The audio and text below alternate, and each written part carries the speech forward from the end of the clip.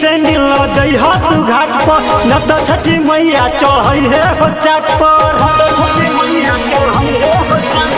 पेनी के सैंडल ल जइहा तू घाट पर न तो छठी मैया चढ़ई है हो चाट पर। नइखे बचल जे ज्यादा अगराइल बा अगराइल बा अगराइल बा। देख साउंड वाला भाई पर छठी माई आइल बा। देख साउंड वाला भाई पर छठी माई आइल बा। देख डीजे वाला भाई पर। देख साउंड वाला भाई पर नेहा रिकॉर्डिंग स्टूडियो चकिया। देख साउंड वाला भाई पर छठी माई आइल बा।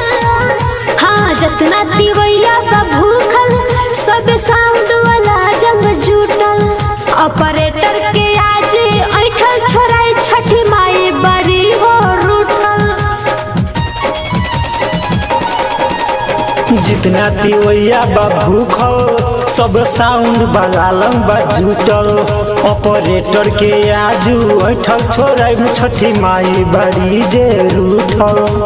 नाही बकस है छठ परब में नाही बकस है छठ परब में। सच कहीं से ज्यादा धधाइल बा धधाइल बा धधाइल बा।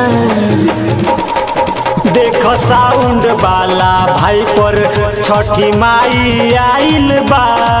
देख साउंड वाला भाई पर छठी माई आइल बा। देख डीजे वाला भाई पर। नेहा रिकॉर्डिंग स्टूडियो चकिया। देख साउंड वाला भाई पर अरे कहता सुबोध बोला मुआ डीजे मुकेश संगे आई। डीजे बजा के खूबे सोनी राज के गाना बजाई। अरे कहता सुबोध बोलमुआ डीजे मुकेश संगे आई। अरे डीजे बजा के मनीषा सोनी राज के गाना बजाई। है राइटर सुरेश दीवाना जी लिखले राइटर सुरेश दीवाना जी लिखले। ऑपरेटर के संग में आइल बा अरे आइल बा। देख साउंड वाला भाई पर छठी माई आइल बा। देख साउंड वाला भाई पर छठी माई आइल बा। देख डीजे वाला भाई पर। मिक्स बाई नेहा फिल्म्स चकिया।